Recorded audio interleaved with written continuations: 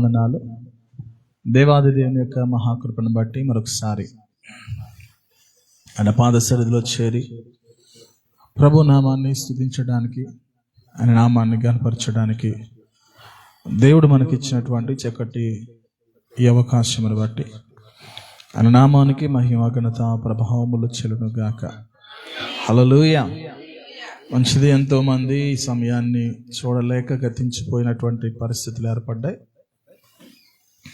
అదే మన బలము, మన జ్ఞానము, మన శక్తి కాదు, కానీ దేవుడు తన ఆలోచనలో మన ఇంకనూ జీవంగా ఉంచాలని ఆయన కోరుకున్నాడు కనుక ఆయన సన్నిధిలో ఇలాగున మనం సజీవులుగా స్తుతిస్తున్నాం.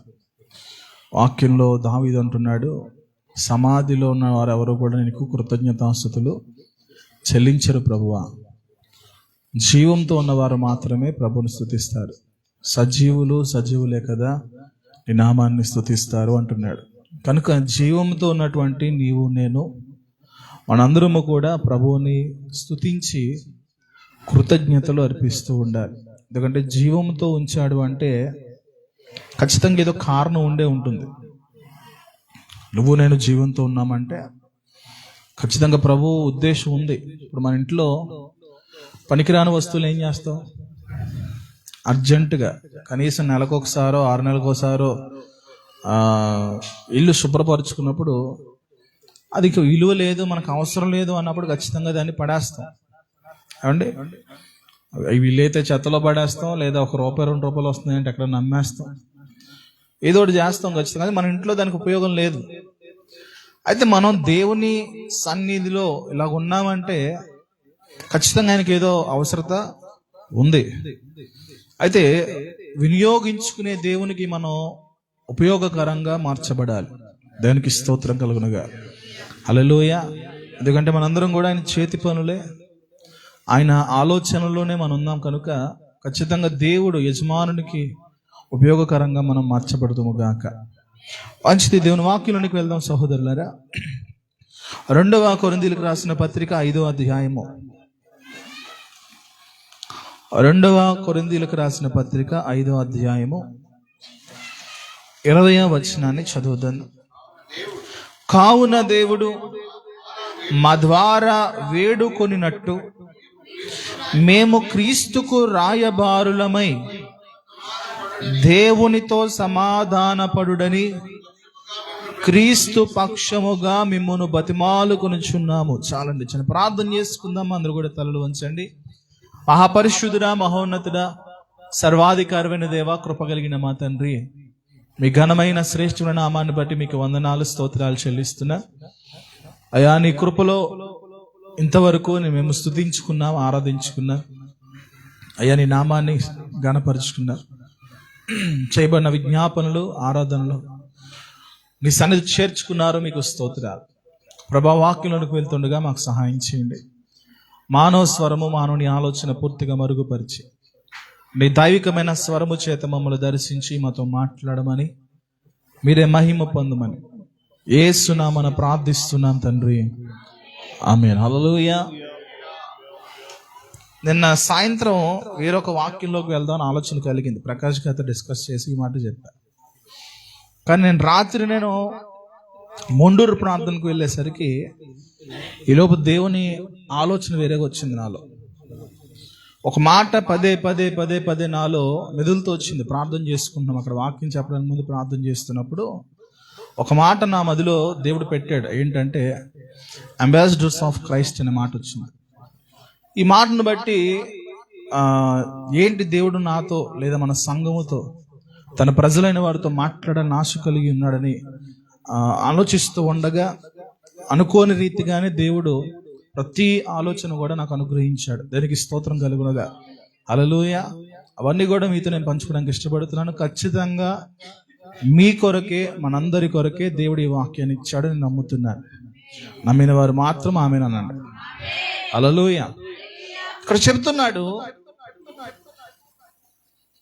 దేవుడు మా ద్వారా వేడుకొనినట్టు మేము క్రీస్తుకు రాయబారులమై దేవునితో సమాధానపడుడని క్రీస్తు పక్షముగా మిమ్మును బతిమాలు కొనుచున్నారు. అంటే దేవుని యొక్క రాయబారులు, అంటే దేవుని యొక్క రాయబారులు అంటే ఏంటి అంటే దేవుని యొక్క మాటను దేవుని ప్రజల దగ్గరికి తీసుకొచ్చేవారు. దేవుని ప్రజలైన వారి దగ్గరికి దేవుని మాట ఎందుకు తీసుకురావాలి? ఆల్రెడీ వారు దేవుని ప్రజలే కదా. అలాంటి వారి వద్దకు దేవుని మాటలు ఎందుకు తీసుకురావాలి? దేవుడు ఎందుకు రాయబారులను ఏర్పాటు చేసుకున్నాడు? ఈ రాయబారులకి ఉండాల్సినటువంటి లక్షణాలు ఏంటి? ఈ రాయబారుగా నువ్వు ఉండాలన్నా, నేను ఉండాలన్నా, మనందరం ఉండాలన్నా దేవుడు ఎలాంటి లక్షణములు మన నుంచి దేవుడు ఆశిస్తున్నాడు అని ఖచ్చితంగా మనం ఈ దినాన్ని ధ్యానం చేద్దాం. దానికి స్తోత్రం కలుగునుగా. హల్లెలూయా. నేను ఆలోచిస్తున్నాను, ఎక్కడికైనా చాలా చోట్లకు వెళ్ళినప్పుడు ఏమండి కొన్ని టీ షర్ట్స్ చూస్తూ ఉంటాం, లేదా వాచ్ చూస్తూ ఉంటాం, కళ్ళోళ్ళు చూస్తూ ఉంటాం. వాటన్నిటికీ ఒక బ్రాండ్ ఉంటుంది, అవునా? ఒకసారి చూసాను టీ షర్ట్ మీద జాక్సన్ జోన్స్ ఏదో పేరు, నాకు అంత ఐడియా లేదు, అంత హై క్వాలిటీ వాడే రకాన్ని కాదు కాబట్టి నాకు తెలియదు. ఇక్కడ జాక్సన్ జోన్స్ అని చెప్పి పెద్ద పేరు ఉంది. అలా ఎక్కిని అడిగి ఏంటి అంత పేరు ఉంది, వాళ్ళ అమ్మ పేరు వాళ్ళ నాన్న పేరు అని అడిగాను. అదేం కాదు, నీకు అంతగా తెలుసు నీకు. అది ఒక బ్రాండ్ కంపెనీ. ఎంత ఉంటుందో, ఒక 500 ఉంటుందా, 600 అంటే కనీసం తక్కువలో తక్కువ 3000 ఉంది. అంటే 3000 పెట్టి ఒక టీ షర్ట్ కొనుక్కుని ఎవరిని మనం చూపిస్తున్నాము అంటే కంపెనీ వాడి పేరుని చూపిస్తున్నాం. ఎవరిని? కళ్ళజోడు ఉంటాయి, రేబ్యాన్ అని చెప్పి కంపెనీ ఉంటాయి, ఏమండి? అందులో డూప్లికేట్ 50 రూపాయలు దొరికితే ఒరిజినల్ది అయితే ఖచ్చితంగా 3000 ఉంటుంది. అది కూడా అది దాన్ని చూసి మనిషి ఇది ఇది ఇది ఇది అంటాడు. ఒకప్పుడు డ్రాయర్లు వచ్చినాయి, ఏమండి? చెప్పండి. జాకీ, ఇది పైకి కనబడేదండి. వేసుకునే కూరగాయలు కూడా ఎలా వేసుకున్నారంటే పైకి ఆ పేరు కనబడేలాగా వేసుకుని ఫ్యాంట్ కిందకి లాక్కునేవారు. ఈ మధ్యన జబ్బు తగ్గింది అనుకోండి, ఒకప్పుడు చూసాం కదా, చచ్చిపోయే వాళ్ళని చూడలేక. ఆ పేరు కనబడడానికి ఎంత ఇచ్చాడు ఆ ట్యాగ్. అది ఒక్కొక్కటి 300. మామూలుగా అయితే 25 రూపాయలకి 30 రూపాయలు కూడా వచ్చే ఉంటాయి. ఇది పేరు బ్రాండ్ కాబట్టి 300. అంటే అలా చూసుకుంటూ వెళ్తే చాలా చాలా చాలా ఈ బ్రాండ్ని మనం బయటకు చూపించడానికి, రిప్రజెంట్ చేయడానికి మనము డబ్బుతో దాన్ని కొనుక్కొని మన మీద వేసుకుంటున్నాం. అడిడాస్ కంపెనీ ఒకటి ఉంటుంది, నైకా అదొకటి, తర్వాత ప్యూమా ఒకటి. ఇవన్నీ బ్రాండ్ కనబడితేనే ఓహో ఇది కాస్ట్లీ అని మనకు తెలుస్తుంది. మరి నీకు నాకు ఏ ట్యాగ్ ఉంది? మనల్ని కూడా యేసు ప్రభు కొనుక్కున్నాడు కదా. మరి కొనుక్కున్నటువంటి మన జీవితాల్లో క్రీస్తు చేత కొనబడిన వారము అనేటువంటి ఏదైనా పేరు మన మీద రాయబడుతుందా? ఏదైనా నువ్వు ప్రజలకి రిప్రజెంట్ చేయగలుగుతున్నావా? దేవుని కొరకు నువ్వు ఏం ప్రకటించగలుగుతున్నావు? మనం డబ్బుతో కొనుక్కుని మనం దాన్ని ప్రకటిస్తున్నాం అండి. అదవుతుందని చెప్తుంది. ఒక షర్టో, టీ షర్టో, లేదా షర్ట్లో పేర్లు ఉంటాయి, క్రోకోడైల్ అని, లేకపోతే లెనిన్ అని, ఇవన్నీ పైకి కనబడేలా పెడతాడండి. మనం ఏం చేస్తున్నామంటే దీన్ని పైకి ప్రజలకు చూపిస్తున్నాం. ఏం కాదు, మన డబ్బులతో మనమే కొనుక్కుని దాన్ని మనం బయట చూపిస్తున్నాం. మరి దేవుని చేత కొనబడిన మనం ఏం చూపించాలి? దేవుని చేత కొనబడిన మనము క్రీస్తుని చూపించడానికి ప్రయత్నం చేయాలి. దానికి స్తోత్రం. ఇక్కడ అదే మాట చెప్తున్నాడు అపోస్తులైన పౌలు గారు. మా ద్వారా వేడుకొనినట్టు మేము క్రీస్తుకు రాయబారులమై దేవునితో సమాధానపడుడి అని క్రీస్తు పక్షముగా మిమ్మల్ని బతిమాలు కొనిచున్నాము. దానికి స్తోత్రం. అసలు సువార్త అంటే ఏంటో తెలుసా? దేవునితో ఉన్నటువంటి సంబంధం కట్ అయిపోయింది. ఈ సంబంధాన్ని మరలా క్రీస్తుతో కనెక్ట్ చేయడమే. దేనికి స్తోత్రం. హల్లెలూయా. రాయబారి అంటారు. పూర్వకాలంలో రాజుకి మరొక రాజు దగ్గరికి వెళ్ళి ఒక రాయబారం మోసుకు వెళ్ళాలి, ఒక విషయాన్ని తెలియజేయాలి. వీరిని రాయబారులు అంటారండి. వీరికి ఒక ప్రత్యేకమైన విలువ ఉంటుంది. రాయబారుల్ని ఎవరు ఏం చేయకూడదు తెలుసా? రాయబారి డైరెక్ట్గా రాజు దగ్గరికి వెళ్ళి నుంచి మాట్లాడగలడు, డైరెక్ట్గా ప్రజల దగ్గరికి వెళ్ళి మాట్లాడగలడు. దానికి స్తోత్రం కలుగునుగా. హల్లెలూయా. ఇక్కడ ఏమంటున్నాడంటే దేవునితో సమాధాన పడండి. మన జీవితాల్లో దేవుడు మనకి ఇచ్చినటువంటి గొప్ప పేరు ఏంటంటే రాయబారులు. దానికి స్తోత్రం. అంటే ఆల్రెడీ ఒకసారి మనం క్రీస్తుని అంగీకరించిన తర్వాత ఈ రాయబారి అనేటువంటి బిరుదు మనకు వచ్చేసింది. కానీ ఈ జాబ్ను మనం చేయట్లా. ఏం చేయట్లా? ఈ జాబ్ మనం చేయట్లేదని. ఈ జాబ్ నచ్చక చేయట్లేదో, లేకపోతే మనకి కాదని చెయ్యట్లేదో, లేకపోతే ఈ జాబ్ నాకు అవసరం లేదని మనం చేయట్లేదో నాకు తెలియదు. కానీ ఈ జాబులో సరిగ్గా నిలకడగా మనం ఉండలేకపోతున్నాం.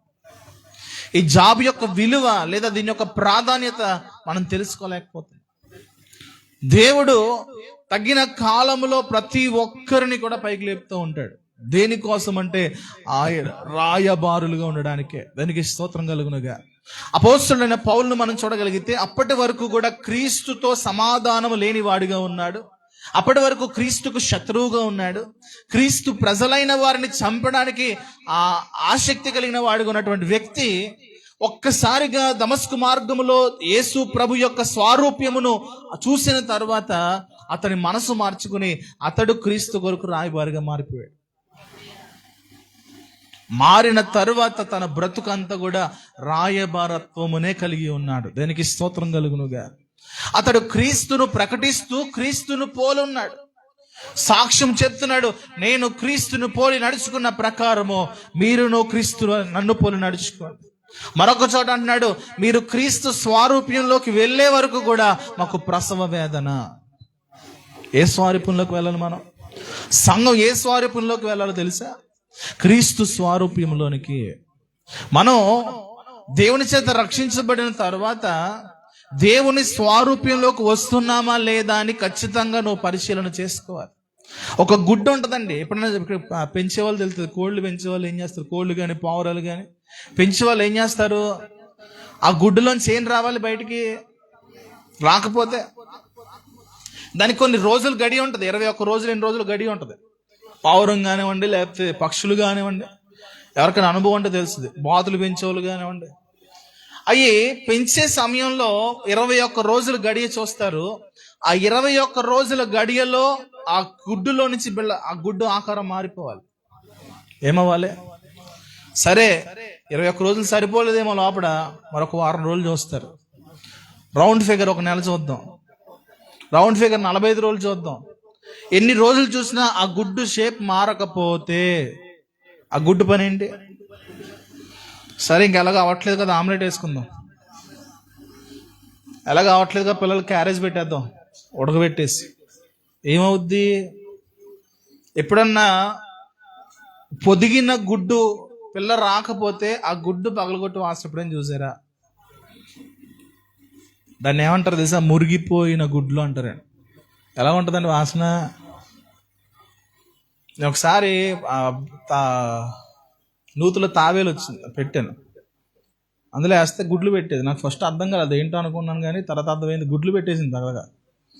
నేను దాన్ని తీసి యూట్యూబ్లో టెస్ట్ చేస్తే వాళ్ళ పిల్లలు ఎలాగ వస్తాయంటే ఇసుకలో పెట్టేస్తే సరిపోతుందండి. దానికి స్పెషల్గా పొదగాల్సిన అవసరం లేదు. డేట్ వేసి వాటి మీద ఒక గిన్నె తీసుకుని దాంట్లో మంచి ఇసుక వేసి అడుగును పెట్టాను. ప్రతిరోజు చూస్తూ ఉండను, వస్తుందా అని చూసుకుని. సరే చెప్పిన 30 రోజులు చెక్ చేసిన తర్వాత చూస్తే అందులోంచి పిల్లలు రాలా. ఆ గుడ్లు ఎలాగ ఉన్నాయి. అనుకోకుండా ఆ గుడ్డు చేసేలోపు చేయి జారిపోయింది. చేయి జారగానే కింద పగిలింది, నా ముక్కు పగిలింది. అంత ఘోరమైన వాసన వచ్చి అంటే అది ఇంకా పనికిరాదు దేనికి కూడా. కనీసం కుక్కలు కూడా దగ్గరికి వెళ్ళవేమో. నీ ఆకారం మారకపోతే యేసు క్రీస్తు ప్రభు చేత రక్షించబడిన తరువాత నీవు కూడా మురిగిపోయిన గుడ్డుతో సమానము. ఎవరికి పనికి రావు. జాగ్రత్త. చెప్పాలంటే యేసు క్రీస్తు ప్రభు వారు మనకి ఎన్నో అవకాశాలు ఇస్తూ ఉన్నాడు. ఎన్నో అవకాశాలు మన జీవితాల్లో అనుగ్రహిస్తూ ఉన్నాడు. ఈ వారం కాకపోతే ఇంకొక వారం, ఈ రోజు కాకపోతే ఇంకొక రోజు. నీ జీవితంలో మార్పు కొరకు ప్రభు ఎదురు చూస్తున్నాడు. కానీ నువ్వు కూడా పనికి రాని పాత్రగా మారిపోతున్నావు. జాగ్రత్త. దేవుడు ఎప్పుడు దర్శిస్తాడో మనకు తెలియదు. ఆ సమయానికి మనం దేవుని కొరకు రెడీ అయిపోవాల్సిన వారమే. సౌలు పౌలుగా మారక ముందు వరకు దేవునికి శత్రువే. దేవునికి విరోధమైన కార్యాలు జరిగిస్తూనే ఉన్నాడు. కానీ దేవుని ప్లాన్ ఏంటో తెలుసా? దేవుని నామము కొరకు అతడు అవమానములు పొందడానికి దేవుడు ఏర్పాటు చేసుకున్నవాడు. దేవునికి స్తోత్రం. హల్లెలూయా. అలాగునే దేవుని కొరకు ఎన్నో నిందలు పొందాడు. నేను అంటాను, అపోస్తులలో ఎవరు చెయ్యనంత గొప్ప పరిచర్య దేవుడు సౌలు అనే పౌలు ద్వారా చేయించుకున్నాడు. దేనికి స్తోత్రం. ఎవరి ద్వారా చేయించుకున్నాడు?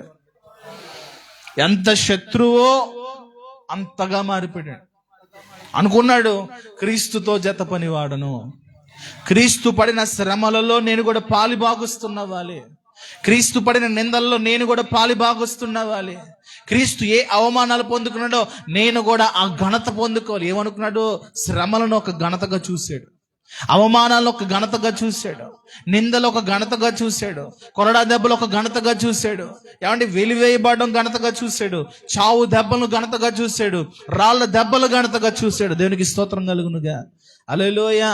ఈ రాయబారి పొందుకున్నటువంటి విషయం ఏంటో తెలుసా? అంతము వరకు క్రీస్తు కొరకు నమ్మకముగా బ్రతికిన వాడు. హల్లెలూయా. ఏమంటే బైబిల్ గ్రంథంలో ఏదో ఒక సమయంలో దేవుడు పిలుచుకున్న వారే కానీ పుట్టుకతో వచ్చిన వాళ్ళు చాలా తక్కువ మంది. వృద్ధాప్యంలో పిలుచుకున్నవారు, పిలువబడిన వారు చాలా మంది. మోషే గురించి ఆలోచన చేస్తే జీవిత చరిత్ర, మోషే మొట్టమొదటిగా తల్లి గర్భం నుంచి బయటకు వచ్చినప్పుడే మరణకరమైన పరిస్థితి వచ్చింది. అప్పుడే దేవుడు పిలుచుకున్నాడు. ఏమండి? కానీ 40 సంవత్సరాలు ఫరో కుమార్తె యొక్క కుమారుడుగా బ్రతికాడు, కానీ అక్కడ పిలుపు రాలేదు. వచ్చిందంటారా? రాలా. 40 సంవత్సరాల వయసులో ఐగుప్తు నుంచి బయటకు వెళ్ళిపోయాడు. తర్వాత 40 సంవత్సరాలు వేరొక ఎడారి ప్రాంతంలో బ్రతికాడు. 80 సంవత్సరాల వయసు వచ్చినప్పుడు దేవుడు దర్శించడం మొదలు పెట్టాడు. దేనికి స్తోత్రం. అంటే 80 సంవత్సరాలు ఏమైంది? 80 సంవత్సరాలు మోషే భవిష్యత్తు ఏంటో తెలియదు మోషేకి. 80 సంవత్సరాల వయసులో మోషే దేవుని కొరకు వాడబడతాడో లేదో అనే ఆలోచన కూడా అతనికి లేదు. 80 సంవత్సరాల వయసులో అసలు తనకు ఒక గోలే లేదండి. అతను చేసే పని ఏంటంటే పొద్దుటే లేవడం, తన మావ ఎదుకున్నటువంటి ఆ గొర్రెలను పశువులు మేపుకుంటూ రావడం, ఒక వారం రోజులు తిరిగి ఇంటికి రావడం. ఇదే బ్రతుకు, ఇదే ఆస్తి, ఇదే మనస్సు. అనుకోని రీతిగా దేవుడు దర్శించి మోషేతో మాట్లాడుతుండే, మోషే ఇదిగో నా ప్రజలు మొర విన్నాను, నేను నీకేం చెప్తున్నాను అది చేయాలి. దేవుడు డైరెక్ట్గా చేయలేడా? డైరెక్ట్గా దేవుడే ఐగుప్తులను ఇశ్రాయేలు రప్పించుకోలేడా? ఇంకా సత్తా లేదా? మరెందుకు మోసే? దేవునికి చేత కాక నీ ద్వారా దేవుని మహిమ ప్రకటించబడాలి, మన ద్వారా దేవుని శక్తి బయలుపరచబడాలి. మోషే కూడా మనలాంటి సాధారణమైనటువంటి ఒక వ్యక్తే. మోషే కూడా నీకులాగా నాకులాగా పనుల భారం కలిగినోడే. మోషే కూడా మనకులాగా పిల్లలని తిరిగినోడే. కానీ ఒక్కసారిగా దేవుని దర్శనం వచ్చేసరికి మోషే మనస్సు పూర్తిగా మారిపోయింది. దేనికి స్తోత్రం. హల్లెలూయా. మన జీవితంలో దేవుని దర్శనం ఎప్పుడు వస్తుందో మనకు తెలీదు. మన బ్రతుకుల్లో దేవుని పిలుపు ఎప్పుడు వస్తుందో తెలీదు. వచ్చిన వెంటనే నువ్వు కలిగి ఉన్నవని విడిచిపెట్టాల్సిందే. ఏం చెయ్యాలి? మోషే కూడా మనకులాగా సాకులు చెప్పినాడు అండి. ఏం చెప్పాడు? ప్రభువా, నేను నోటి మాంద్యం కలిగినోడిని, నాకు భయం ఎక్కువ, నేను నెత్తి పెదలోడిని, నేను యుద్ధం చేయడానికి ఇప్పుడు నేను గొర్రెలు కాసుకున్నాను ప్రభు, యుద్ధం ఏం చేస్తాను? వాళ్ళందరూ యుద్ధ ప్రావీణ్యత కలిగిన వాళ్ళు, వాళ్ళందరూ బలవంతులు ప్రభు. ఎన్ని సాకులు చెప్పాడు తెలుసా? బైబిల్లో రాయబడితే 10 సాకులు చెప్పాడు అంటాడు. ఎన్ని సాకులు? 10 సార్లు దేవుడు మాట్లాడుతూనే వచ్చాడు. ఇంకా అర్థమైంది మోషేకి, ఇంకా ఇనే రకం కాదు. ఎవరు ఇనే రకం కాదు,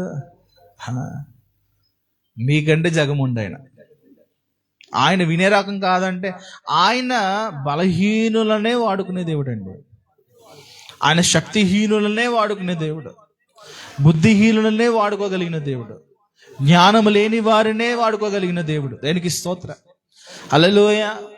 మోషేకి చిన్న రుజువులు చూపించి పంపించాడు అంతే. అక్కడికి వెళ్ళాలనుకున్నాడు, మోషే ఏమైనా యుద్ధం చేయాలనుకున్నాడు. మోషే ఆలోచన వేరు, దేవుడు ఆలోచన వేరు. దేవుడు పూర్తిగా ఏం చెప్పి పంపలా, నువ్వు అక్కడికి వెళ్ళి నేను చూసుకుంటాడు అంతే. ప్రయత్నాలు చేయించాడు దేవుడు.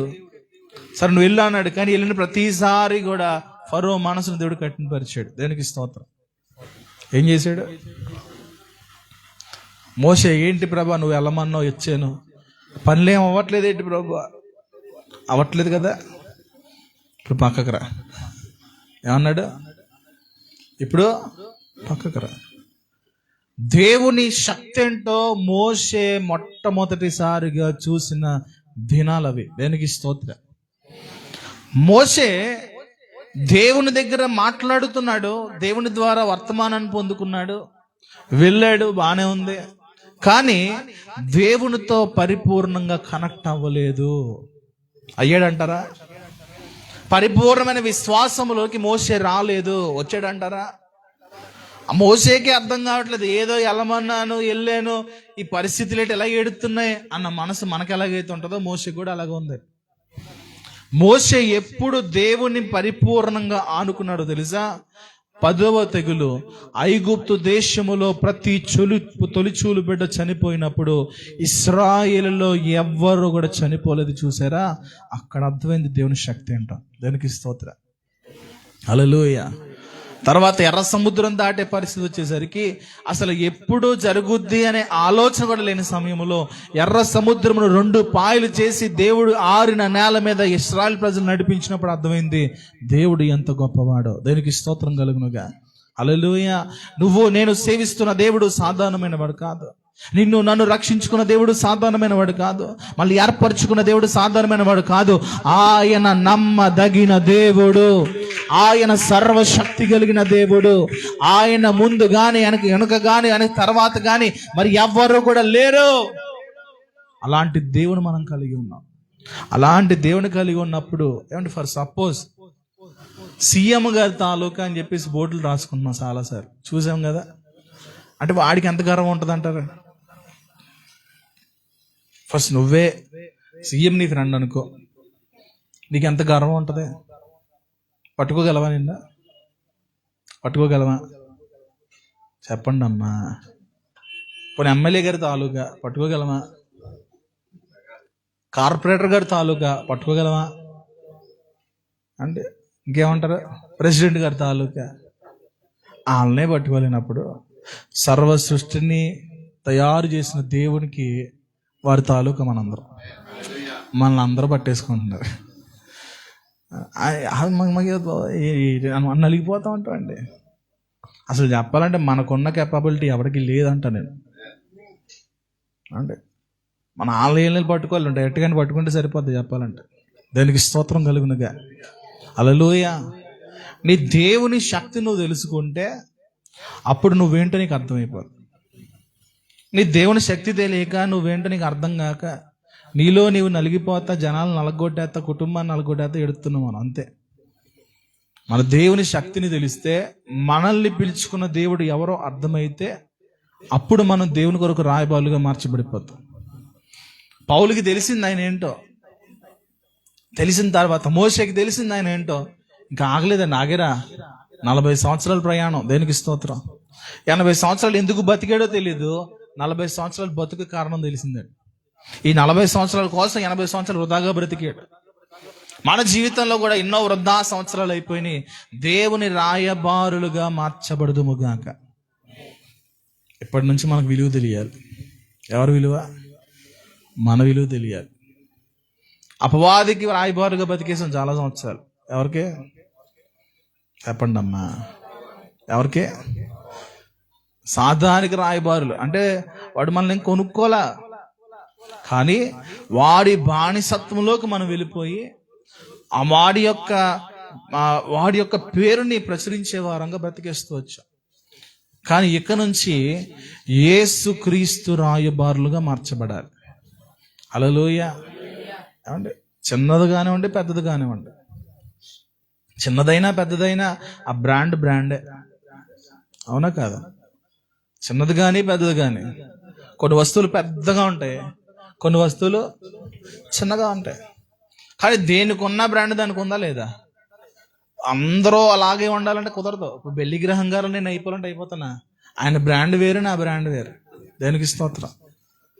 అందరూ దేవుడు ఏర్పాట్లో ఎవరున్నారో ఆ ఏర్పాటు ప్రకారంగా నేను దేవుడు లేవనెత్తుకుంటాడు. మోషే పరిచర్య వేరు, పౌలు గారి పరిచర్య వేరు, పేతురు పరిచర్య వేరు. అయితే ఇవన్నీ చేసింది ఎవరి కోసం అంటే ప్రభువైన యేసుక్రీస్తు కోసమే. దేవునికి స్తోత్రం. మనం ఎలాంటి వారమైనా మన బలం ఎక్కువ తక్కువ అన్ని పక్కన పెట్టేస్తే మనందరం కూడా చూపించాల్సింది ఎవరంటే యేసు ప్రభువుని చూపించాలి. యేసు ప్రభు కొరకు చిన్న పనైనా మనం చేయడానికి ప్రయత్నం చేయగలగాలి. అది అప్పుడు వీళ్ళు ఒక దాన్ని ఏమంటారంటే గర్వం రావాలి. నేను యేసు పని చేశాను. ఏం రావాలి? దేవదూతలు చేసే పని. దేవదూతలు ఎలాగైతే దేవుని దగ్గర నుంచి వర్తమానం తీసుకొచ్చాయో అలాగే దేవునితో సమాధానము కోల్పోయిన వారి దగ్గరికి దేవుని యొక్క వర్తమానం తీసుకునే రాయబారులము మనం. దేనికి స్తోత్రం కలుగునగా. అలాగే ఎఫెసీ రాసిన పత్రిక 6వ అధ్యాయము, ఎఫెసీలకు రాసిన పత్రిక 6వ అధ్యాయం 19 నుంచి 20 వచనాలు చదవండి. మరియు నేను దేని నిమిత్తము రాయబారినై సంకెళ్లలో ఉన్నానో ఆ సువార్త మర్మమును ధైర్యముగా తెలియజేయుటకు నేను మాటలాడ నోరు తెరుచుచున్నప్పుడు దానిని గూర్చి నేను మాటలాడవలసినట్టుగా ధైర్యముతో మాట్లాడుటకై వాక్శక్తి నాకు అనుగ్రహింపబడినట్లు నా నిమిత్తము పూర్ణమైన పట్టుదలతో విజ్ఞాపన చేయుచు మెలకువగా ఉండండి. దేనికి స్తోత్రం కలుగునుగా. హల్లెలూయా. ఎఫెసీ సంఘంతో అపోస్తలుడైన పౌలు గారి మాట ప్రకటిస్తున్నాడు, తెలియజేస్తున్నాడు. ఏంటంటే నేను దేని కొరకు సంకెళ్ళు వేయబడ్డాను. ఏమనుకున్నాడు తెలుసా అండి? యేసుక్రీస్తు ప్రభు యొక్క నామాన్ని ప్రకటించడానికి సంకెళ్ళు వేయబడ్డాడు. సంకెళ్ళు వేయబడ్డం అంటే ఏంటి? బందీ అవ్వడం. ఏమైపోయాడు? మనం పాపానికి బందీ అయిపోయింది చూసారా? లోకానికి బందీలు అయిపోయింది చూసారా? మన పనిపాట్లకు బందీలు అయిపోయింది చూసారా? మన కుటుంబాలకు బందీలు అయిపోయింది చూసారా? పౌలు గారు దేనికి బందీ అయిపోయాడు తెలుసా? దేవుని సువార్త ప్రకటించడానికి బందీ అయిపోయాడు. దానికి స్తోత్రం కలుగునుగా. హల్లెలూయా. ఈ బందీ అయిపోయినటువంటి పదము ఒకటి చెడ్డగా కనబడుతుంది, ఒకటి మంచిగా కనబడుతుంది. లోక సంబంధమైన విషయాల్లో బందీ అయిపోవడం అనేది పాపం. క్రీస్తు కొరకు, ఆయన పనుల కొరకు బందీ అయిపోవడం అనేది గొప్ప ఆశీర్వాదం. దేనికి స్తోత్రం కలుగునుగా. హల్లెలూయా. ఇక్కడ అన్నాడు కదా, మరియు నేను దేని నిమిత్తం రాయబారిన ఈ సంఖ్యలలో ఉన్నానో ఆ స్వార్థ మర్మము ధైర్యముగా. స్వార్థ అనేది ఒక మర్మము. ఏమండి? స్వార్థ అనేది ఏంటి? స్వార్థ అంటే ఏంటి అసలు? స్వార్థ అంటే ఏంటి? స్వార్థ స్వార్థ స్వార్థ అంటారు పేరా? స్వార్థ అయ్యా స్వార్థములు ఉంటారు కదా పేర్లా. స్వార్థ అంటే ఏంటి? మనిషికి దేవునికి ఉన్న ఎడబాటును తొలగించి దేవునితో సమాధానము కలిగించేదే సువార్త. దానికి స్తోత్రం. అంటే ఈ సువార్త అందరూ అంగీకరించరు, కానీ ఎవరు అంగీకరిస్తారో వారి జీవితాలతో దేవుని సమాధానం కలబడుతుంది. దేనికి స్తోత్రం. నీ జీవితంలో దేవుని సమాధానం నువ్వు కనుగొన్నావా? సమాధానం అంటే ఎందుకు అంటే దేవునికి మనం దూరస్తులం. ఏమంటే ఒక మాట చదువుకుందాం చూడండి.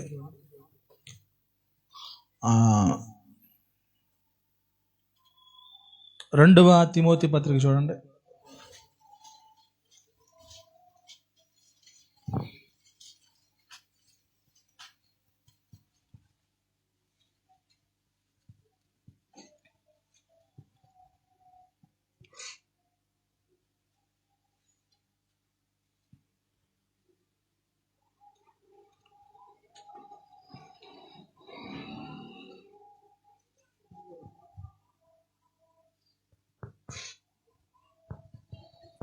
రెండవ తిమోతి 2వ అధ్యాయం 19 నుంచి 21 వరకు చదవండి.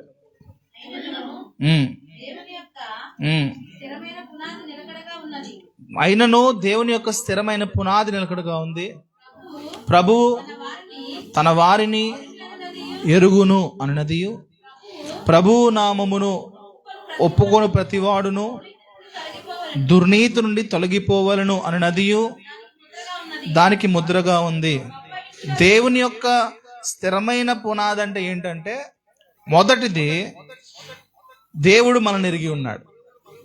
మనల్ని అంటే ఎవరంటే తన వారిని. దేనికి స్తోత్రం. మనందరూ ఎవరి వారు చెప్పాలి. మీరేంటండి? మీరేంట్లండి? మీరు ఎవరండి? అప్పుడు ఏం చెప్పాలి? మేము అదండి, మేము ఇదండి, మా వాళ్ళంతా అదేనండి, మనంతా క్రీస్తువారం అండి. ఎవరండి మనము తన ప్రజలం. దేనికి స్తోత్రం. హల్లెలూయా. మనంతా కూడా దేవుని ప్రజలం. రెండవది ఏంటంటే, ఎవడైతే ప్రభువు నామాన్ని ఒప్పుకున్నాడో ప్రతివాడు దుర్నీతి నుంచి బయటకు వచ్చేయాలి, చీకటి నుంచి బయటకు వచ్చేయాలి, పాపస్థితి నుంచి బయటకు వచ్చేయాలి, లోక తలంపుల నుంచి బయటకు వచ్చేయాలి, లోక ఆశ నుంచి బయటకు వచ్చేయాలి, అపవాది బంధకాల నుంచి బయటకు వచ్చేయాలి. దేనికి స్తోత్రం. హల్లెలూయా. ఒకవేళ మిమ్మల్ని ఏదైనా ఒక ఎలుగుబంటి గట్టిగా పట్టేసుకుంది అనుకోండి, పట్టేసుకుందిగా పోయినా వదిలేస్తారా? ఏం చేస్తారు? ఎలుగుబంటి ఎంత ఉంటుందో తెలుసా? ఒక పాము మిమ్మల్ని గట్టిగా చుట్టుపట్టేసింది, ఏం చేస్తారు? అలా పట్టేసుకుని వదిలేద్దాం అంటారా? ఏం చేస్తారు? కనీస ప్రయత్నం ఏంటి? వదిలించుకోవడమా కాదా? చెప్పండి అమ్మా. ఎలాంటి ఆఖరికి ఒక చిన్న కుక్క అయినా సరే వదిలించుకోవడానికి ప్రయత్నం చేస్తుంది. ఏదైనా తప్పించుకోవడానికి ప్రయత్నం చేయాలి. మనం వెళ్ళి కొండసల దగ్గరికి వెళ్ళి నన్ను మింగవా, నన్ను చుట్టుకోవా, నన్ను అత్తుకోవా అంటాం మనం. లోకంలో సాధన గడి దగ్గరికి వెళ్ళి ఏం చేస్తాం? ఇదే, నన్ను చుట్టే. చాలా పాటలు కూడా రాస్తున్నారు అలాంటివి. అంటే విడిపించుకోవడం మానేసి ఏం చేస్తున్నావు? వెళ్ళి అత్తుకో, చుట్టుకో, పట్టుకో, నన్ను కట్టేసుకో, పడేసుకో. ఈ వద్దనే మనకు లోక సంబంధంగా. వాటిని విడిపించుకోవాలంటండి వాక్యం అది చెప్తుంది. దుర్నీతి నుంచి బయటికి రావాలి. దానికి స్తోత్రం. ఏం చేయాలి?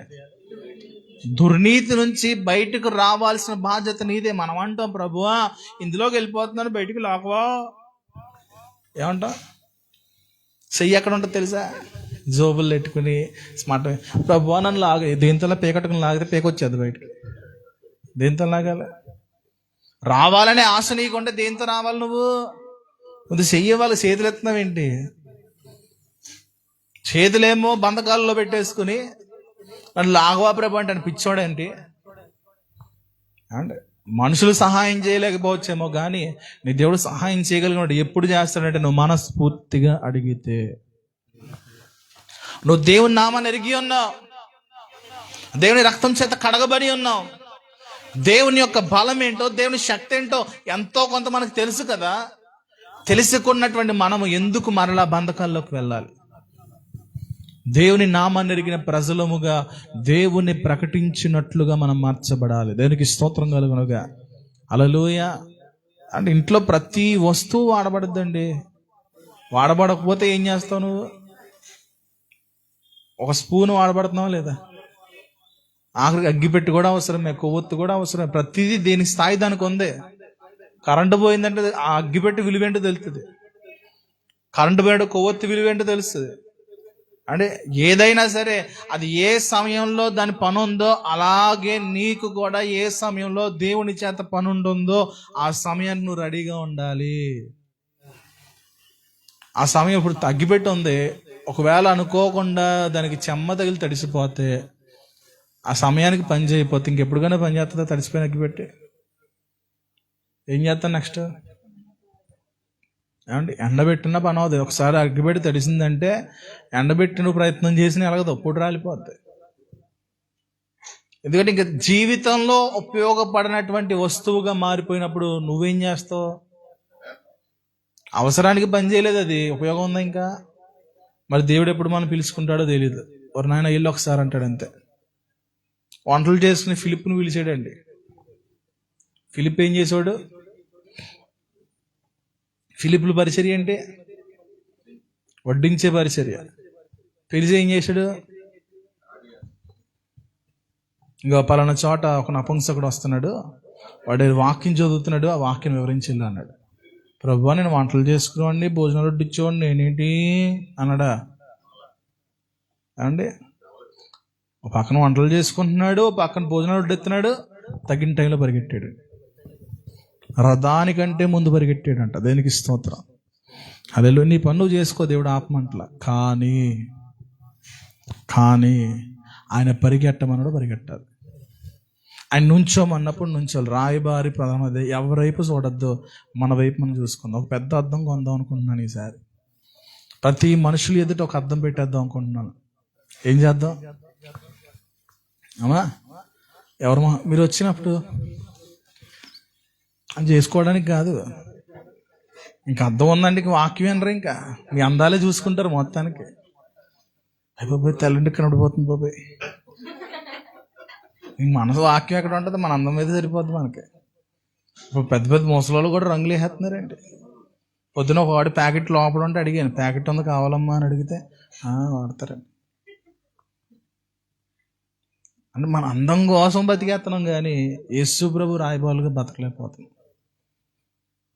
అంటే క్రీస్తుని ఎలా కనుపరచాలో ప్రయాసపడదు. ఎలాగ నా దేవుని పని చేయాలి. రాత్రి అలెక్కి నేను బండి మీద వెళ్తా ఉంటే, నువ్వు ఈ సంవత్సరం కూర్చో విశ్రాంతిగా నేను వాక్యం చెప్తాను, దేవుని స్తోత్రం. అలా విశ్రాంతి కూర్చోవడం కంటే వెళ్ళిపోవడం మంచిదన్నాను నేనైతే. దేవుని పని లేకపోతే ఇంకెందుకంటే బతకడం. ఇక్కడ అపోస్తలుడైన పౌలు అన్నాడు, బ్రతుకుట క్రీస్తు, బతికితే యేసు ప్రభు పని కోసం బతకాలి.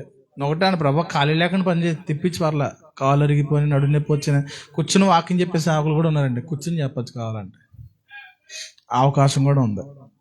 ఏదో ఒకటి దేవుని పని చేయడం కావాలి. విశ్రాంతి అనేది వచ్చిందనుకో, దానికంటే గొప్ప భాగ్యం ఏంటంటే నా దృష్టిలో మరణము. అవునా కదా?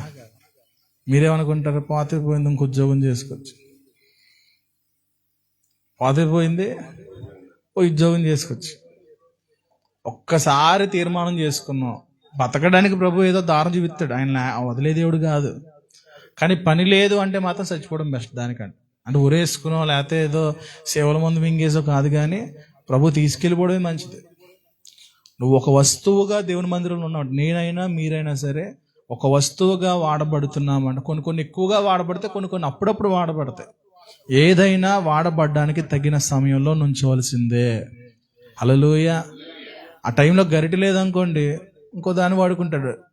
పిలిచినప్పుడు గరిటె రాలేదనుకోండి, ఏం చేయాలి? గరిటెని తీసుకుని ఉల్లిపాయలు ఉడక పెడితే 2 ఉల్లిపాయలు వస్తాయి. అయ్యన్నా వాడబడతాయి. కనీసం నీకు బదులుగా ఉల్లిపాయలు వచ్చింది. ఎవరికి బదులుగా చెప్పండి అమ్మా? అంటే నీకంటే అసలు ఉల్లిపాయ రేట్ ఎక్కువ లేకపోతే గరిటె రేట్ ఎక్కువ? గరిటెలు కొనాలంటే ఎంత పెట్టుకోనాలి? అది ఉల్లిపాయలు ఎంత ఎత్తున్నాడు? అంటే నీ స్థితి దిగజారిపోయింది. మనకు తెలియదు అంటే తెలుసా, మన స్థితి దిగజారిపోయిందండి. ఏదోటి వచ్చింది పక్కనట్టు, అది నువ్వు కొన్నాదేమో 100లో వేలు పెట్టుకుంటున్నావు, దానికి వచ్చే విలువ 2 ఉల్లిపాయల కేజీ కూడా రావట్లేదండి అవి. అంటే నీ స్థితి ఏంటో తెలుసా? దిగజారిపోయిన స్థితి. జాగ్రత్త. వాడబడలేని ప్రతీది కూడా దిగజారిపోయింది. ఒక చాకు కొనుక్కోవాలంటే 10 రూపాయలండి. చిన్న పాత అంటే డమ్మీ చాకు కొనుక్కోవాలంటే 10 రూపాయలు. ఆ 10 రూపాయలు పెట్టి బయటికి వెళ్ళి ఉల్లిపాయలు తీసుకురామని మీ బొడ్డోళ్ళని పంపించి 10 రూపాయలకి ఎన్ని ఎత్తారు? కేజీ 40 రూపాయలు. ఒక పావు కేజీ ఎన్ని వస్తాయి రేవా? అదే 10 రూపాయల చాకు ఒక వారం తర్వాత వాడినప్పుడు చిన్న తుప్పు పట్టింది. ఈ 10 రూపాయల చాకు తీసుకెళ్ళి కిరాణా కొట్టుడికి ఇచ్చి, అంకుల్ గారు ఇది 10 రూపాయల చాకు అండి, నాకు 10 రూపాయలు సరబడా ఉల్లిపాయలు ఇవ్వన్నానండి. సుంతి చేసి పంపించేస్తారు అదే చాకుతోటి. అవునా కదా? విలువ లేదండి. అది వాడుతూ ఉంటేనే అది ఇంట్లో ఉంటుంది. అవునా? అది వాడుతాం. కొన్ని తరాలుగా వాడే కత్తిపేటలేవు మీ ఇంట్లో. మీ అమ్మమ్మలో మీ ముత్తమామలో గుర్తుగా వాడుకోవట్లేదా? వాడుతున్నారు లేదా? వాడే కొద్ది దాని పదును ఉందా లేదా? గరిటలు వాడుకుంటున్నారు లేదా? జాడీలు వాడుకుంటున్నారా లేదా? ఆ పనులు పనిచేస్తున్నాయి కదా. మరి ఎందుకు మనం వేల పెట్టి కొనుక్కున్న పనులు పని చేయట్లా? ఫోన్ 10,000 పెట్టి కొంటాం. అవునా? ఒక 2-3 సంవత్సరాలకి పని చేయకపోతే మన బండోడు తిరుగుతాడు. పాత ఫోన్లు కొంటాం, దానికి సరిపడా ప్లాస్టిక్ డబ్బా ఇస్తాం. ఫోన్ ఏమో ఈఎంఐలు కట్టి నానా సంకలు నాకి 30,000 పెట్టి 40,000 కొంటామా? ఆడేమిస్తాడంట దానికి? నువ్వు ఎంత అయిపోయి ఏంటండి? వస్తువు యొక్క విలువ దిగజారిపోయినట్లు నీ విలువ సాతానుగాడు దిగజారుస్తున్నాడు, జాగ్రత్త. మనకు తెలియట్లేదు. ఒకానొకప్పుడు మోషేకి ఐగుప్తులో విలువ లేదా, మోషేని చూచి భయపడినటువంటి పరిస్థితి దేవుడు ఏర్పాటు చేశాడు. దేవుని వలన, దేవుని మూలముగా అనేకులకు నిన్ను చూసి భయము కలిగించేలాగా నా ప్రభు చేయగలడు. ఒకానొక సమయంలో నీకు విలువ లేకపోయి ఉండొచ్చు, కానీ దేవుని దృష్టిలో నువ్వు పడిన తర్వాత నీ విలువ చాలా పెంచగలిగిన వాడు నా దేవుడు. దేవునికి స్తోత్రం కలుగునుగా. హల్లెలూయా. కొన్ని సందర్భాల్లో గొప్ప వాళ్ళతో 2 సార్లు కూర్చున్నానండి. 2 సార్లు గొప్ప వాళ్ళతో కూర్చున్నప్పుడు నా బ్రతుకంతా దేవుడు చూపించేశాడు. నాకు అనిపించింది, ప్రభా నేను యోగ్యుడిని కాను. ఎక్కువ స్టేజ్ల మీద కూర్చోడానికి ఇష్టపడను, సన్మానాలు చేయించడానికి ఇష్టపడను, ఎందుకంటే నేను యోగ్యుడిని కాను ఇప్పుడు అనుకుంటా.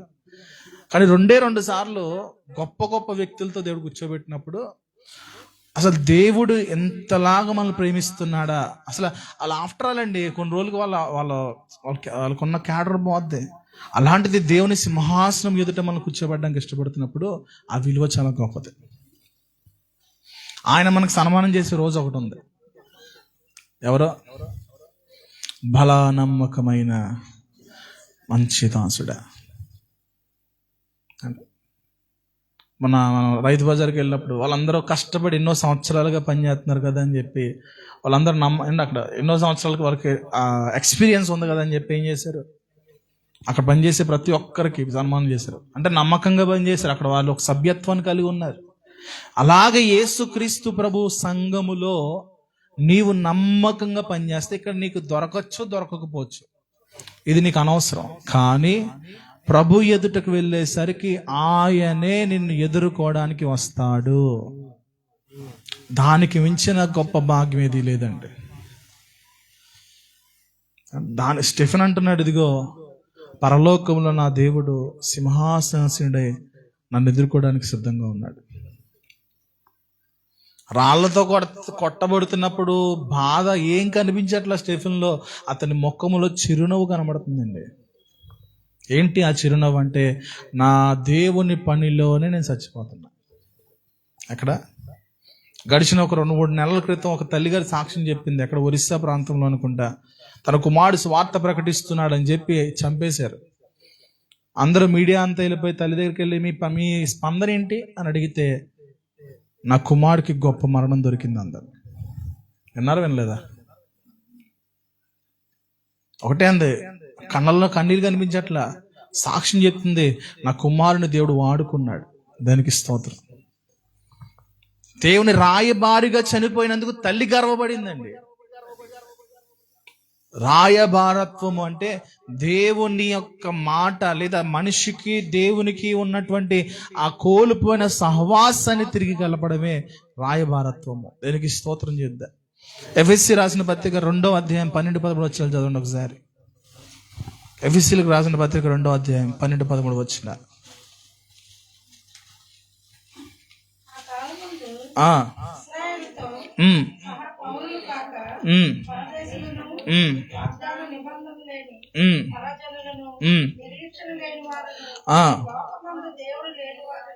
లోకమందు దేవుడు లేని వారునై ఉండి క్రీస్తుకు దూరస్తులై ఉంటిరని. మన పూర్వపు స్థితి ఏంటో తెలుసా? దేవుడు లేని ప్రజలు. నువ్వు ఎవరెవరినో ఆరాధించుకోవచ్చు, కానీ అవి దేవుడు కాదు. వాక్యం చెబుతుంది దేవుడు ఒక్కడే.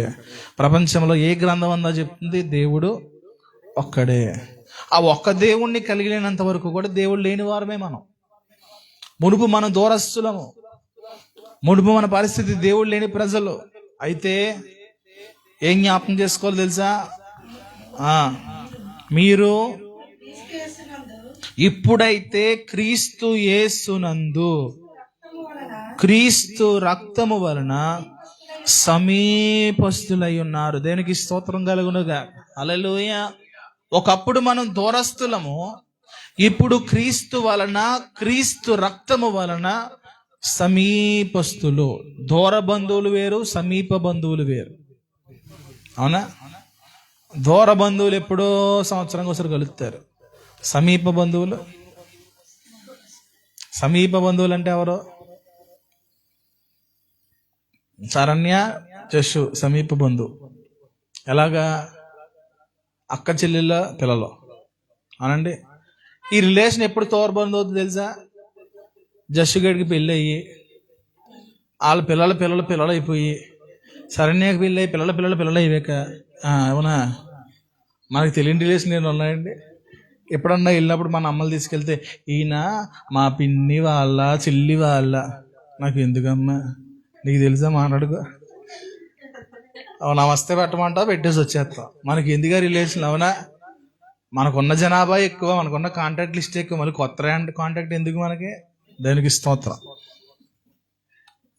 ఒకప్పుడు యేసు ప్రభుతో దూరస్తులు అయ్యాం, ఇప్పుడు సమీప బంధువు. ఎలాగంటే రక్త సంబంధము. దేవునికి స్తోత్రం. ఏమిటి రక్త సంబంధం అంటే? యేసు క్రీస్తు అనేటువంటి పరిశుద్ధ దేవుని యొక్క రక్తములో కడుగబడుట ద్వారా, ఆయన రక్తము మనలోకి వెళ్ళడం ద్వారా ఆయనతో మనం సహోదరత్వమును పొందుకొని ఉన్నాము. దేవునికి స్తోత్రం. హల్లెలూయా. మరొక మాట అంటున్నాడు, దత్తపుత్రాత్మ. ఏ ఆత్మ అంటే? దత్తపుత్రాత్మ అంటే ఏది కాదు కానీ ఆ సొంత కుమారునితో సమానం, సొంత కుమార్తెతో సమానం. దేవుడు నిన్ను ఎలా చూసుకుంటున్నాడో తెలుసా? సొంత కుమారుడిగా, సొంత కుమార్తెగా చూసుకుంటున్నాడు. దేనికి స్తోత్రం కలుగునుగా. హల్లెలూయా. అంటే మన తండ్రి యొక్క గొప్పతనాన్ని చాటివారంగా మనం ఉండాలి. మన తండ్రి ఏమై ఉన్నాడో మొదట మనం తెలియాలి. మన తండ్రి యొక్క గుణ లక్షణాలు తెలియకుండా మనం ఏం చేయలేం. తండ్రి, ఇప్పుడు మన పిల్లలు ఉన్నారు, తండ్రి మనసు ఏంటో కొన్ని రోజులకు అర్థమైపోద్ది. అవునా? ఏమంటే తిడతాడు, ఏమంటే ప్రేమిస్తాడు, ఎలాగుండి అడిగితే కొని పెడతాడు, ఇవన్నీ పిల్లలకు తెలుసు. తెలియకుండా ఎప్పుడు పడితే అప్పుడు వెళ్ళి మంచి పనిలో నుంచి వచ్చాక అలసిపోయి చిరాకుతో ఉన్నప్పుడు, నాన్న ఐస్ క్రీమ్ అన్నా అనుకో, ఒకటి ఇచ్చేస్తారు ఐస్ క్రీమ్. అంటే అవునా కదా? ఐస్ క్రీమ్ అడిగే టైం వేరు. ఆ టైంలో ఏమడగా తెలుసా? నాన్న జస్ట్ కూడా అనుభవాలనుకుంటే ఇవన్నీ చక్కగా చెప్తున్నాడు.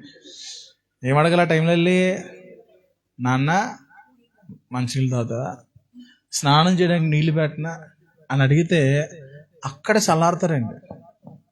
ఇప్పుడు దేవుణ్ణి సంతోషపరచడం ఎలాగంటే, నువ్వు తెలుసుకోవాలి నీ దేవుడేంటో. నీ దేవుడేంటో నీకు తెలిస్తే అప్పుడు ఆయన ఏమై ఉన్నాడు మనకు అర్థమైనప్పుడు ప్రతిదీ ఆయనకు అనుగుణంగా జీవిస్తాం. దేవునికి స్తోత్రం. మన దేవునికి నచ్చని మనం చేయకూడదండి ఎప్పుడు కూడా. అంటే మనకు సంక్రాంతి పండుగ అంటే ఎంత ఇష్టమో, అవునా? ఇష్టమా కాదా? చెప్పండి. సంవత్సరానికి ఒకసారి వస్తుందండి బాబు, చెప్పరండి బాబు. ఇష్టం మనకి, కానీ అంటే దేవునికి ఇష్టం లేదు అని నేను అనట్లేదు, కానీ అన్యాచారాలు దేవునికి ఇష్టం లేదు. సంక్రాంతిని వాడుకోవచ్చు. ఎలాగా? 3 రోజులు ఉద్యోగ కొడుకుల పండగ రాసుకుందాం. సంక్రాంతి ఉద్యోగ పండుగలో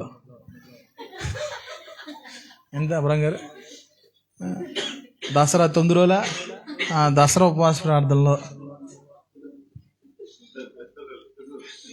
మనం కార్తీక మాసం చేసాం. మనం కూడా కార్తీక మాసం చేసాం మొన్న. కొంతమంది చేయలే, కొంతమంది చేసాం. ఏం చేసాం కార్తీక మాసంలో? ఉపవాస ప్రార్థనలో. అవి ఉపయోగకరంగా మార్చుకోవాలండి మనం. వాటిని మనకు అనుకూలంగా మార్చుకోవడానికే. దేనికి స్తోత్రం. అలాగే ఒకప్పుడు పాత నిబంధన కాలంలో కొన్ని పండుగలు ఉన్నాయి, అయితే అవన్నీ కూడా ఛాయగా దేవుడు ఉంచాడంట. అవన్నీ యేసు ప్రభువుకు ఛాయలే, ఏం కాదు. వాటిని వెంబడించి అసలైన వాడిని వదిలేస్తున్నారు అందరూ.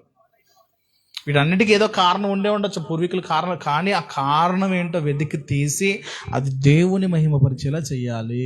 దానికి స్తోత్రం కలుగునుగా. హల్లెలూయా. చాలా మంది ఇలాగే చేస్తున్నారండి. మన పెద్ద పెద్ద పాస్టర్ గారు మన 2 సంవత్సరాల క్రితం చేశారు సంక్రాంతి పండుగ. చక్క చేశారా? ఇంకో ఆయన తెచ్చి ప్లేట్ తెచ్చుకుని యాపిల్ ముక్క ఎట్టి తేనెట్టి, మీరు అందరూ లైవ్లో చూస్తున్నారు, ప్లేట్ పెట్టుకోండి, యాపిల్ ముక్క కోసుకోండి, యాపిల్ తీపికి సాదృశ్యం, చక్కగా తీయగా ఉంటుంది, ఈ సంవత్సరం అంతా బాగుంటుంది. చేసిన వాళ్ళు ఉన్నారు, లేకుండా పోలే.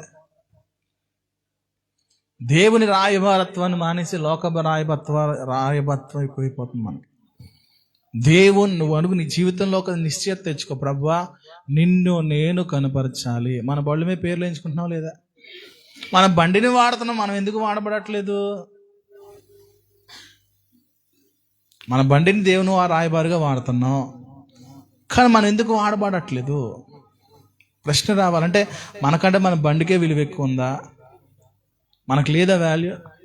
నీ బండిని వేసే కొన్నాడా, నిన్ను కొన్నాడా? నీ ఆటోని వేసే కొన్నాడా, మిమ్మల్ని కొన్నాడా? నా కార్ని వేసే కొన్నాడా, నన్ను కొన్నాడా? ఇప్పుడు నేను ఎవరిని చూపించాలి? ఏసేని చూపించాలి, నేను చూపించాలి. అవునా? వేయించుకోండి, మంచిది, ఏదో విధంగా స్వార్థ బయటికి వెళ్తుంది, కానీ మనము కూడా వాడబడాలి. మనము కూడా దేవుని కొరకు రాయబారత్వం చేయాలి. దేనికి స్తోత్రం కలుగునుగా.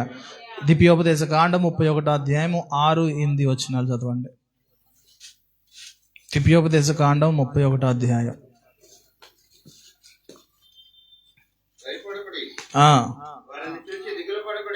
భయపడకుడి. ఎవరిని చూసి? ఎవరిని చూస్తే దిగులు వస్తుందో ఆమెను చూసి. తలకొట్టేసుకుంటున్నావు ఏటమ్మా? నన్ను చూసి దిగులు పడక. దేవుడు చెప్తున్నాడా, నీతో కూడా వచ్చేవాడు నీ దేవుడైన. అమ్మ, ఎవరైనా రాయబారత్వం చేయబడేవారు ఉన్నారంటే ఒక విషయం గుర్తుపెట్టుకోండి, నీతో వచ్చువాడు నీ దేవుడైన యెహోవాయే. ఆమెను చెప్పాలి. ఎవరు వస్తున్నారు నీతో? ఎవరు వస్తున్నారు నీతో? ఎవరో అసలు నోరు లేట్లేదు ఏటో మరి. దేవుడే. ఎవరు వస్తున్నారమ్మా? యేసయ్య వస్తున్నాడు అంటండి. నీతో ఎవరు వస్తున్నారు?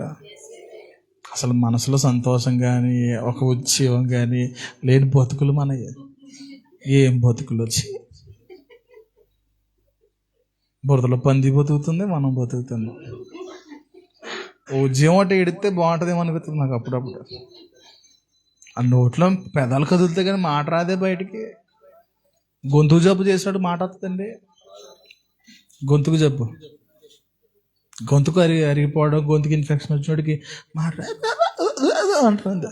అలా అయిపోతున్నాం మనం. నోట్లో మాట రావట్లేదు. ఉద్యోగం రావాలండి, దేవునికి స్తుతి చెప్పాలి. ఎంత దూరంగా పెట్టినా మాట్లాడేసుకుంటారు ఏటో మరి. ఇంక ఏం మార్చాలో అర్థం కావట్లేదు. పక్కన కూర్చుంటే మాట్లాడేసుకుంటారు, ఎదురు కూర్చోబెడితే మాట్లాడేసుకుంటారు, దూరంగా కూర్చోబెట్టి మాట్లాడేసుకుంటారు. ఇంకా మాట్లాడుకోకుండా ఏం చేయంటే మొత్తం గదులెట్టేయాలి. ఇక్కడ చర్చ ఇటు ఉందో ఇటు ఉందో అర్థం కావట్లేదు. నేను మీరు తిరుగుతూ మీరు అటు ఇటు తిరుగుతూ ఉంటారు. మీరు దేనికి స్తోత్రం చేద్దాం. హల్లెలూయా. ఒక పని చేయండి, ఒళ్ళో కూర్చుని చెవుల్లో గుసగుసలు ఆడుకోండి. ఏం చేస్తారా? ప్లేస్ కూడా కలిసి వస్తుంది పాపం. చక్కగా ఒళ్ళో కూర్చుని ఒకే ఒళ్ళో ముగ్గురు కూర్చోడం వద్దా? ఇటో తొడ మీద ఒకళ్ళు, ఈ తొడ మీద ఒకళ్ళు. ఎవరు బలవంతులు అంటే కూర్చోండాలి, కూర్చోబెట్టుకో. అయ్యి బాబు, ఈ గోసలేట్రా బాబు. మా ఆదామన్న 2025 వచ్చింది. 25 వచ్చిందా రాలేదా? మారాలా వద్దా? దేవునికి స్తోత్రం. ఇప్పుడు ఈ గుసగుసలో సువార్త, ఈ గుసగుసలు ఏమైనా ఆత్మీయ పదాలా? ఎం ప్రకాష్ గారు, ఈ గుసగుసలు ఏమైనా విలువైన మాటలా? అదేటో వాళ్ళకి తెలియదు, మనకి తెలియదు. మళ్ళీ పళ్ళు బయటకు వచ్చేస్తాయి. దేవునికి స్తోత్రం. ఇప్పుడు ఏం చదువుతుందా మనం?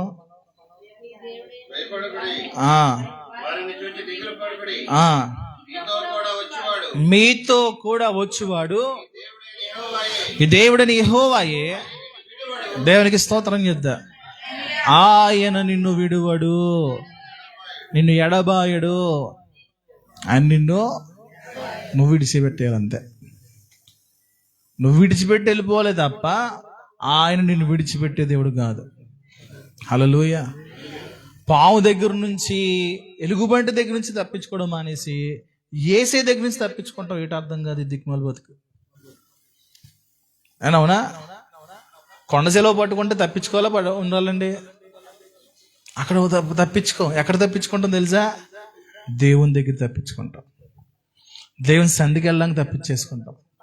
దేవుని పని కోసం తప్పించేసుకుంటాం. మరి ఈ బతుకు గొప్ప బతుకే అంటారా? ఆ తర్వాత ఉల్లిపాయలే మనకి, ఇంకా మనకి బదులుగా ఉల్లిపాయలే. అంటే ఉల్లిపాయ బతిక అనేది లేకపోతే విలువైన బతికేనా? ఓ రోజు ఉల్లిపాయగా అమ్మేస్తారేమో, జాగ్రత్త. అడగండి దేవుణ్ణి, ప్రభువా నా పని ఏంటి ప్రభువా? ఏదో దానికోసం పరుగులు తీసి చేసే వారంగా ఉండాలండి. నిన్ను ఒక పదునైన పాత్రగా ప్రభు చేయడానికి ఇష్టపడుతున్నాడు. ఇంకో మాట చూసుకుందాం. ఇది అయిపోయిందా మొత్తం? 13 వచ్చిందా? చదివేశారా? 12, 13 చదివేశారా? ద్వితీయోపదేశ కాండము 6, 8 కూడా చదివారా? చదవండి. నీ ముందర నడిచేవాడు యెహోవా తోడయుండును, విడువడు, ఎడబాయడు, భయపడకము, విస్మయం అందకమని ఇశ్రాయేలు అందరి ఎదుట అతనితో చెప్పాను. దేనికి స్తోత్రం కలుగునుగా. హల్లెలూయా. దేవుడు నిన్ను విడిచిపెట్టేవాడు కాదండి. ఆయన బలాన్ని తెలుసుకోగలిగితే, నువ్వు శక్తిని తెలుసుకోగలిగితే, ఆయన ఎప్పుడు కూడా మనల్ని విడిచిపెట్టే దేవుడు కాదు. ఒక విషయం తెలుసుకోవాల్సింది ఏంటంటే, నేను దేవుని పనిముట్టును. ఏం తెలుసుకోవాలి?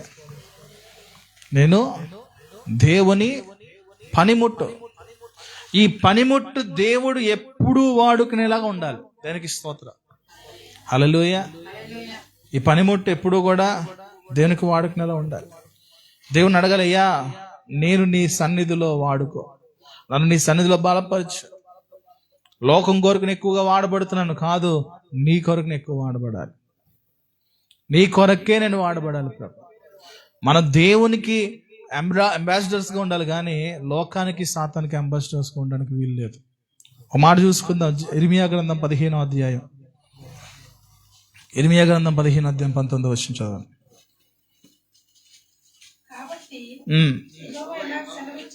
యెహోవా ఇలాగు సెలవిచ్చెను, నీవు నా తట్టు తిరిగిన యెడల,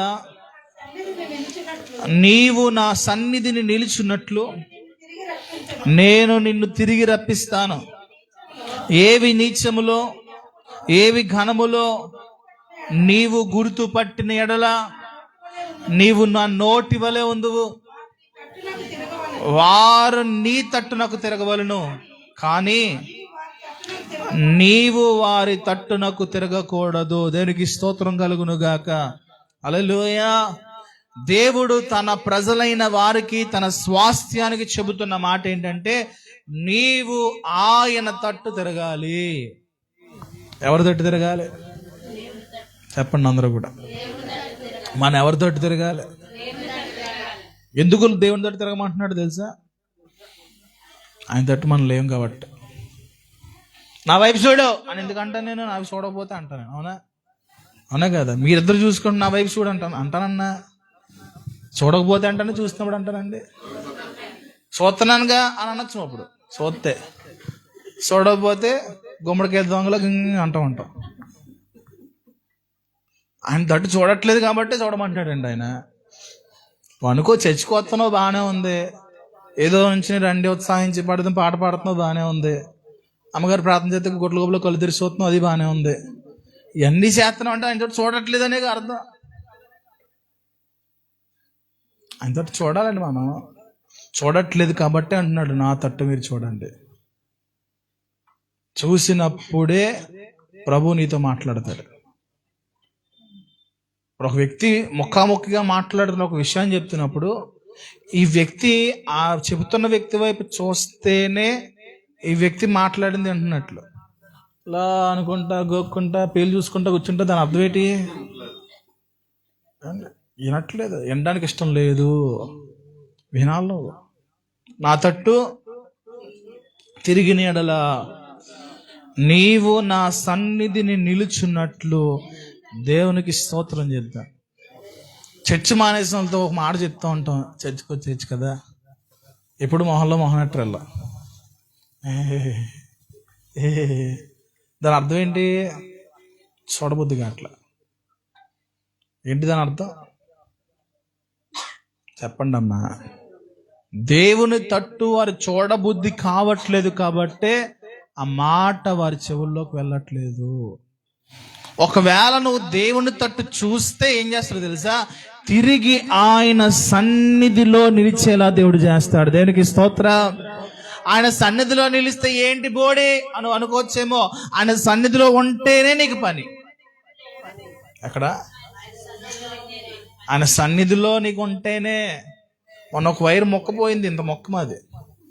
ఆడి జేబులో ఉండిపోయిందో తెలియదు, నా జేబులో ఉండిపోయిందో. దగ్గర 2 వారాలు ఎత్తుక్కున్నారు. ఎదురా అంటే మొన్న బయట తీసే కింద దాక్కుంది. హలో అని చెప్పింది ఆ రోజు. అమ్మ నేను ఇక్కడ దాక్కున్నాను అనుకున్నాను. నేను మరలా పనిలోకి వచ్చింది. దేనికి స్తోత్రం. పనిలోకి వచ్చిందా లేదా? దాని పని దానికి ఉంది. చిన్న 15 రూపాయలు వైర్ మొక్కే పని ఉంటే విలువ పెట్టి రక్తంతో కొనుక్కునే నీతో ఎంత పని ఉంటుంది ఏసైకి? నువ్వేమో 10 రూపాయలకు ఉల్లిపాయలు దగ్గరికి వెళ్ళిపోతా ఉంటావు. 1/2 కేజీ కూడా రావాయి. పోనాడు ఇచ్చే ఉల్లిపాయ ఉన్నాయి, ఎంతెంత ఉంటుందా? ఒక కూరకన్నా వస్తుందా అనిపిస్తూ ఉంటుంది. ఎక్కడెట్టుకొని అంటాం ఒక్కోసారి అని చూసి. ఏం చేసుకోమంటావు? అయ్యి ఎంతెంత ఉంటాయి గోలి ఉల్లిపాయలు. అయ్యి ఉల్లిపాయలు రేట్ ఎంతో తెలుసా అమ్మగారు మరి అంటారు ఆడి పై నుంచి. నీ విలువ దిగజార్చుకోవద్దు సహోదరులారా. నీ విలువ దయచేసి దిగజార్చుకోవద్దు. నీకంటూ విలువిచ్చే వ్యక్తి ఒక ఆయన ఉన్నాడు. విలువిచ్చే వ్యక్తి దగ్గరికి వెళ్తావా? విలువ లేని లోకంలో ఉంటావా? వినే ఉంటారు ఈ సాక్ష్యాన్ని. ఒక తండ్రి వాళ్ళ తాతగారు ఇచ్చిన వాచ్ పట్టుకొచ్చాడంట. వాళ్ళ తాతగారు తెచ్చిన వాచ్ అంటే ఎన్ని సంవత్సరాలు ఉంటుంది? అది 1900 సంవత్సరం అయ్యి ఉంటుంది. వాచ్ తెచ్చి వాచ్ ఇవ్వండి ఎవరన్నా పెట్టుకోలేదు. వాళ్ళ మేడం గారు పెట్టుకొచ్చారు. ఇవ్వమ్మ ఒకసారి. రానంటుందా? నేనేం తీసుకోనులే, మాకే బోలు వాచీలు ఉన్నాయి, మేము చూపించుకో అంతే. క్వార్టాజ్ కంపెనీ అండి ఇది. డూప్లికేట్, ఒరిజినల్ కాదు. కానీ ఇదండి, ఇదే. మీరు కొన్నారా? మొత్తాది ఇచ్చిన వాచ్ అని చెప్పి కొడుకు దగ్గరికి వెళ్ళి, నా కొడుకు అనుకోండి, కూతురు అనుకోండి, అమ్మ శరణ్య కొంచెం కిరాణా కొట్టుడి దగ్గరికి వెళ్ళి, లేకపోతే పాత ఇనప సామాన్ల దగ్గరికి వెళ్ళి ఈ వాచ్ ఎంత వస్తుందో కొంచెం అడిగిరా అమ్మా అని అడిగింది. వెళ్ళి అడిగితే ఎంత ఎత్తాను తెలుసా? ఇది చాలా పాత, ఇది ఇలాగే గుల సౌండ్ వచ్చేస్తుంది, 10 రూపాయలు కూడా రావా మీట్లకి అన్నాడంటే. అదే తండ్రి మరలా కొడుకు ఇచ్చి ఈ వాచ్ తీసుకెళ్ళి పురావస్తు శాఖ వారి దగ్గరికి పట్టుకెళ్ళి అన్నాడంటే. ఎక్కడికి? అర్థమైందా? ఆ పదం పలకండి ఒకసారి. పలుకు. నవ్వుతున్నారండి ఏంటమ్మా?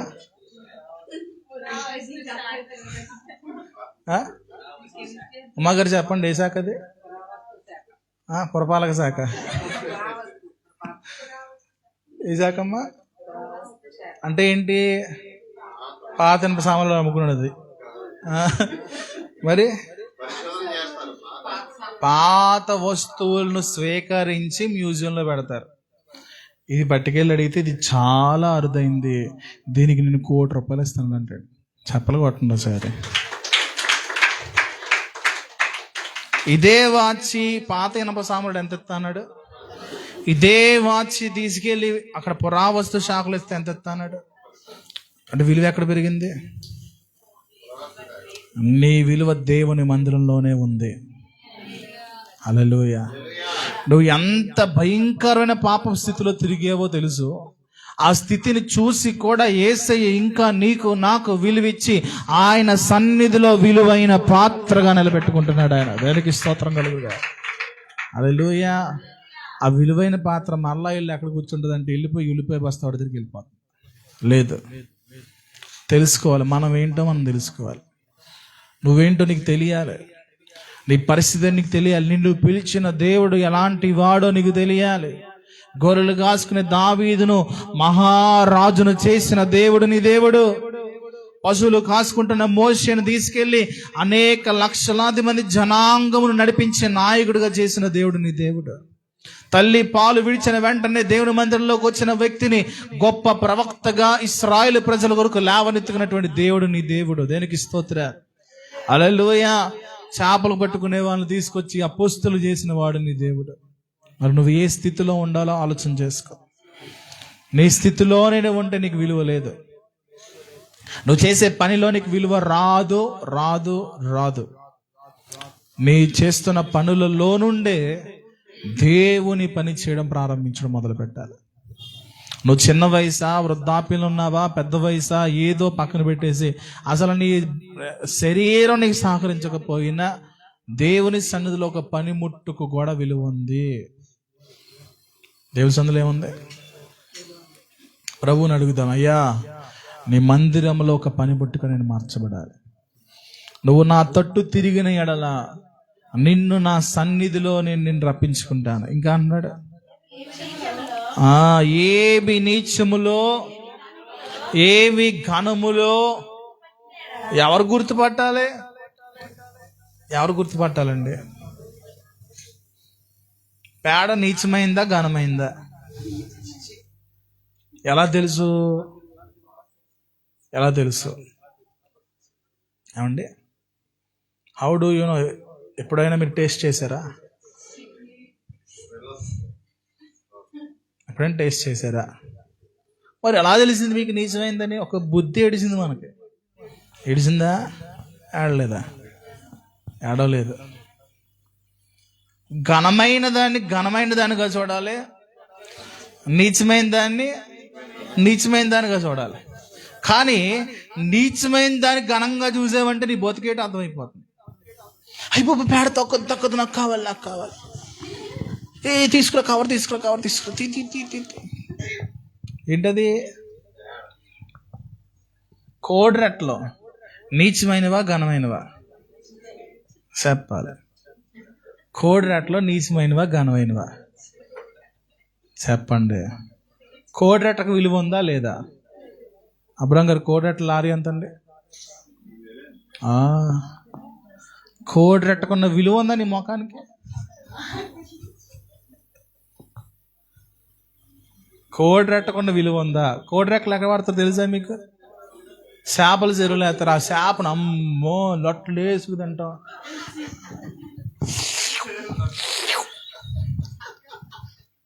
చేప ఎక్కడ కొన్నావు నాన్న? భలే ఉంది. అది చేప మహిమ కాదు, వండిన వాళ్ళ చేతి మహిమ. అది ఆ కూర బాగాలేదంటే చేప బాగాలేదు, చేప తెచ్చినోడు సరిగ్గా కొనలేదు, అంతే. దేనికి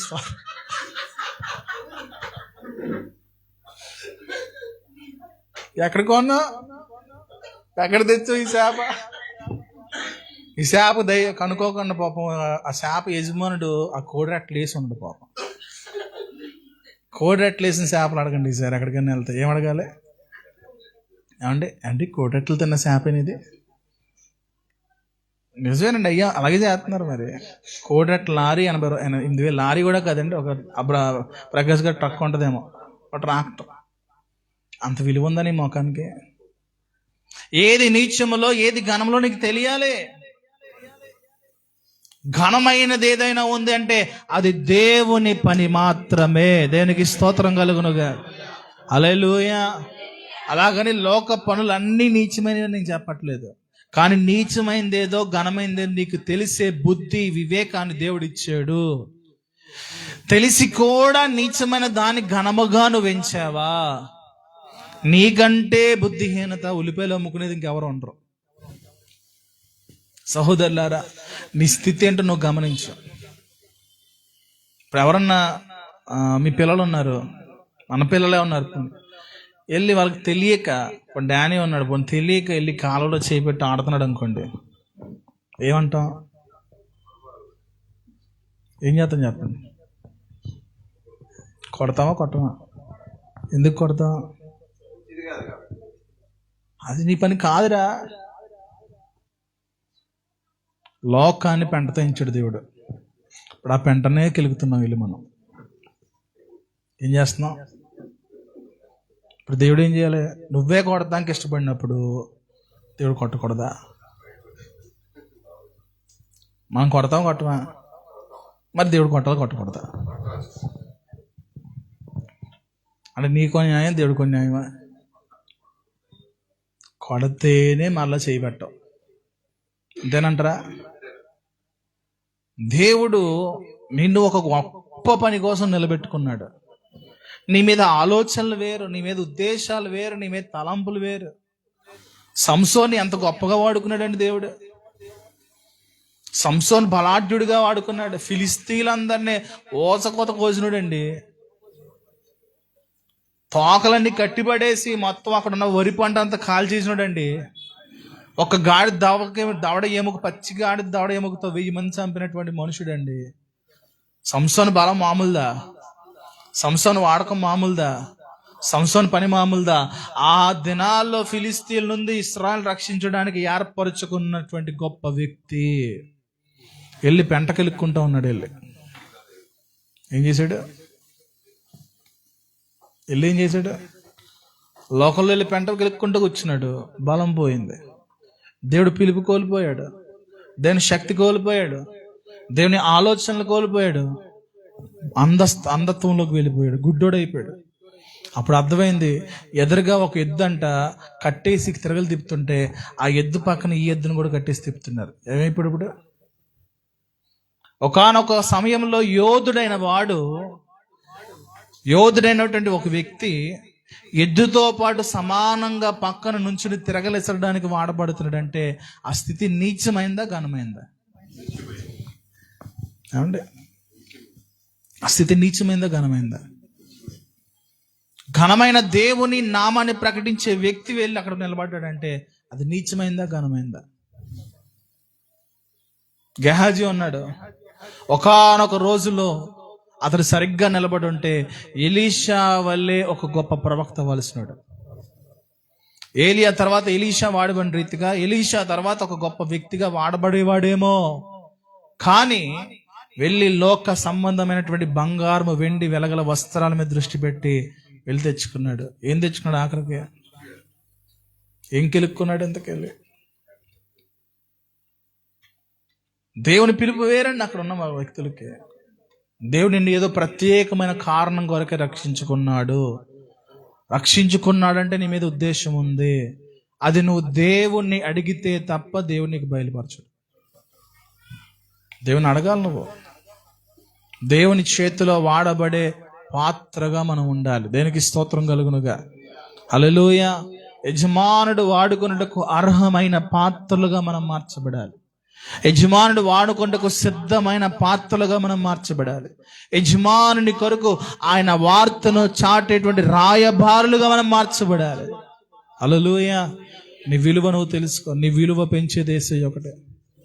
నీ విలువ పెంచేది యేసయ్య ఒకటే. లోకంలో నీకు నాకు విలువ లేదు. ఉందా? నీకు నాకు విలువ ఉందా లోకంలో? ఎక్కడుందో తెలుసా? యేసయ్య దగ్గర. దానికి స్తోత్రం కలుగునుగా. అందరూ లేచి నిలబడదాం ఒకసారి.